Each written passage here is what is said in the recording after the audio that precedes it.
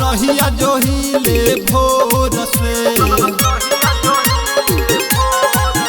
हाँ धोई के रेलिया आवा बलमुआ रहिया जोहिले भोर से।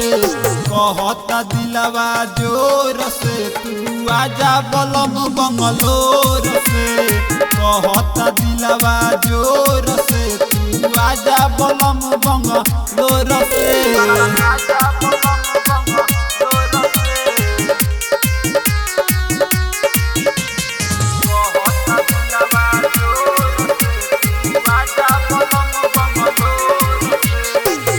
गामना करा के सोइया गइल बहारावा।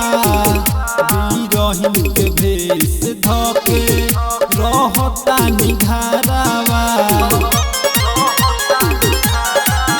राजा गामना करा के सोइया गइल बहारावा। बिरहिन के भेष धके रहता निघारावा।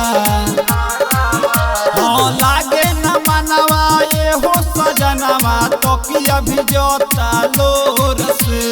कहता दिलवा जोर से तू आजा बलम बंगलोर से।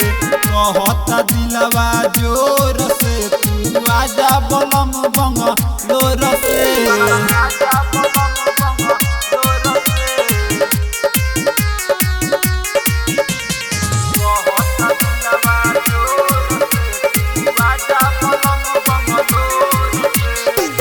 नेहिया लगा के पिया दूर हमसे भइल। परदेश प्रेमी सैया जाके अजुरइल। सुनना नेहिया लगा के पिया दूर हमसे भइल। परदेश प्रेमी सैया जाके अजुरइल। हाँ कटे न रतिया धड़केल छतिया बतिया कहिले मोर से। कहता दिलवा जोर से तू आजा बलम बंगलोर से। कहता दिलवा जोर से तू आजा बलम बंगलोर से।